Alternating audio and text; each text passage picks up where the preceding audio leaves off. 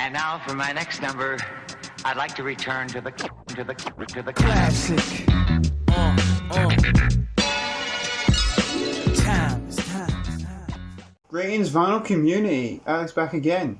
Back with a video. Well, a second part to a video I did. I want to say about 5 or 6 months ago. Back in the summer, anyway.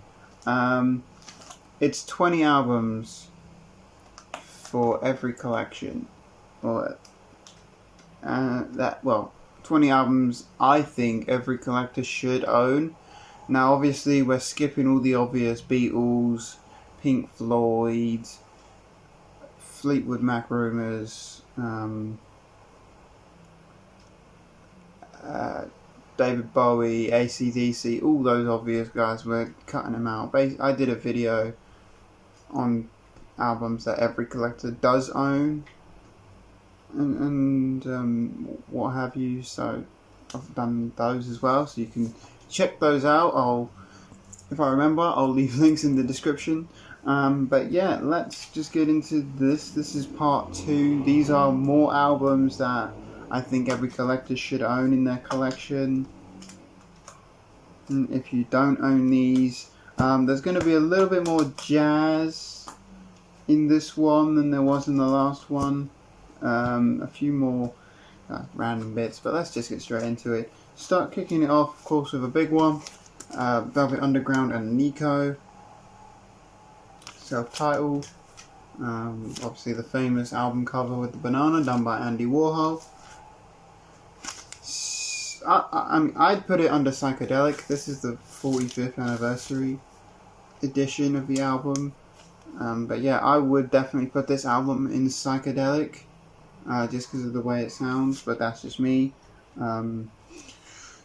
I was not expecting to like this album when I first listened to it either, but I spun it loads at work and enjoyed it, so I had to get a copy of it for myself, and there it is in my collection. It's definitely one that, even if you don't bond with right away, give it a try a few more times. It's hit or miss, but I think every collector should own it at least. Otis Redding, The Dock of the Bay. Another one for every collection. 1968 on this one, Soul. I just love Otis's voice. Everything by Otis I think people should have, but mainly this one because it is the most popular one. The song, everybody knows the song, Sitting on the Dock of the Bay. So yeah, there's that one. Allman Brothers Band, Eat a Peach. Another one this was actually a blind buy for me and turned out to be really, really good. So Allman Brothers Band, Eat a Peach. Fantastic album. I don't really know how to describe it because it's got 2 versions of Mountain Jam and Mountain Jam Continued, and there's some great drum beats in there, so definitely worth checking that album out. A couple of hip hop albums here: Beastie Boys, License to Ill. This one's not as much hip hop as you'd think. It's a little bit more rocky, a bit more punk kind of influence there, but still a good album. Definitely one I think every collector should own if they don't. Same with this, Public Enemy. Again, it's hip hop, but it's got metal influences in there. It's got a little bit of jazz, more sample based stuff, but yeah, very, very good. Listen if you don't own this album. Very, very nice. No, so not as many hip hop albums. I will, however, go into another soul kind of R&B hip hop album, Neo Soul as it's called. Erykah Badu, Baduism. I love Erykah Badu's music. I think she's incredible, and her debut is, the peak of her career. So if you want anything for Neo Soul introduction, this is definitely it. This is one I would say everybody should own just because she's got a great voice. Whether you like chilled stuff, you like soulful stuff, if you like hip hop, it's good. If you like soul, it's good. If you just like R&B, it's good. it's got a little something for everybody. That's how good that album is. Into the blues and jazzy stuff, I'll do the one blues album I picked out, Howlin' Wolf Moaning in the Moonlight. I believe I showed another one of his albums in the last part. This is another one I would recommend for every collection. An album that is just as good, some people say is better. Yeah, Moaning in the Moonlight, Howlin' Wolf. Fantastic stuff. Onto the jazz. Marvin Gage, Allman. This is, despite being Marvin Gage, this is a very jazzy soundtrack. It's if he's singing soulfully, it's soulful jazz. It's a very good soundtrack. It's one I think everybody needs to have. It's a fantastic listen. If you've never listened to this in full, it's fantastic. Absolutely incredible. Love that album for what it is.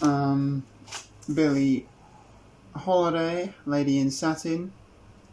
I think he's got an incredible voice. Yeah, just very, very good soulful jazz. Yeah, very nice. Love her voice. So of course had to throw Billie Holiday in there. Miles Davis, Bitches Brew. I didn't want to include this one because I assume that loads of people know it, but then I sat down and maybe thought, no, you probably know Kind of Blue a bit better. This album, Miles Davis had no sheet music for. He just got a bunch of musicians together, gave them a key to play in, and they all played in that key, and this album came about. So that's what I love about this album. That's why this is my favourite Miles Davis album personally. And yeah, just absolutely incredible album from front to back. Great stuff. Absolutely great stuff. Dave Brubeck, Timeout.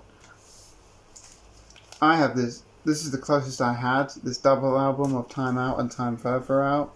But Dave Brubeck's Timeout is, of course, an incredible album. Very popular. The song Take 5 is one everyone's going to know, which is what makes the album so famous. But yeah, just an incredible album. So Dave Brubeck, Timeout is also on that list, as is John Coltrane, Giant Steps. Classic here, almost about as classic as Kind of Blue by Miles Davis. But yeah, just another jazz album I think everyone should have if you don't. Very, very good. It's the album that I'd say it's an album that got me more into John Coltrane than I already was. But yeah, there it is, John Coltrane, Giant Steps. Fantastic stuff. The last jazz. I put this in jazz. Some of you may not consider it jazz, but Bob James 2, jazz funk. His cover of Take Me to the Mardi Gras is sampled in so many hip hop tracks. It's unreal, but absolutely incredible stuff. You've also got Patty Austin on vocals in I Feel a Song on here, which is great. Absolutely incredible album on CTI as well. So anything on CTI you can guarantee is going to be very, very good. But yeah, Bob James too.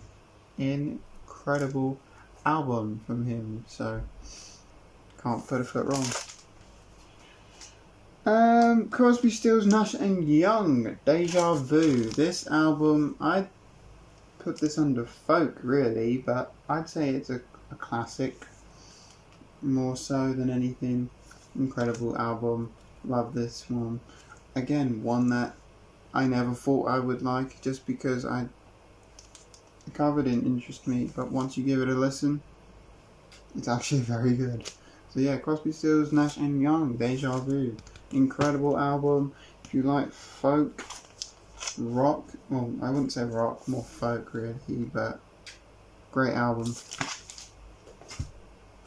Along the same sort of lines, I'm also going to throw in the freewheeling Bob Dylan in there as well.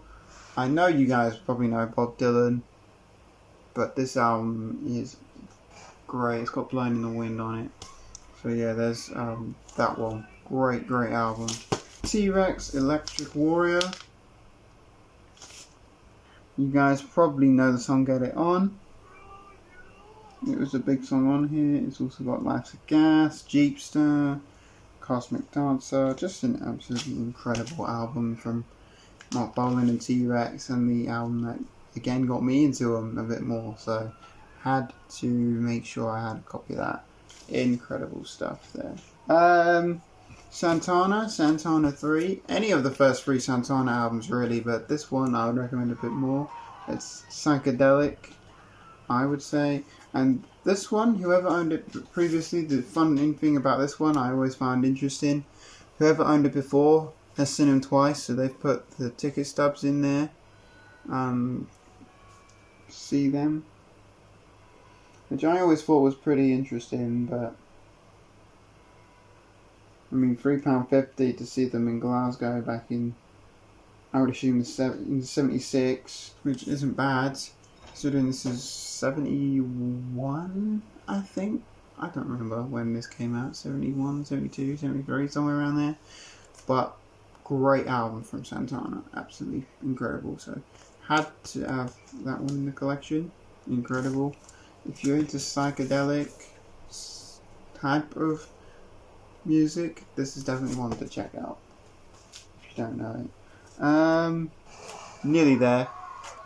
Vegan Fleece by Van Morrison. Everyone knows Moondance and Astral Weeks, but this one I would also put up there with must-have Van Morrison albums. Just an incredible one from 74. Yeah, can't go wrong with it really. Okay, on to a couple of what I would say are classic 80s albums. Talk, It's My Life. Just incredible stuff there. Can't go wrong with a bit of Talk. Love it. It's obviously got It's My Life, Such a Shame. Does Caroline Know? And yeah, cannot go wrong with a bit of Talk. Especially this album. What classic. Finally, I'm going to throw this album in here. Some of you might disagree with my choice here, but I would say this is the number 1 80s album of all time. Well, the most 80s album you can get. And that's ABC, The Lexicon of Love. Great album. From them, you got Show Me, Poison Arrow, Many Happy Returns, Tears Are Not Enough, Valentine's Day, The Look of Love, Date Stamp, All of My Heart, Forever Together. Yeah, just incredible. In my personal opinion, the number 1 80s album out there, the most sounding 80s album.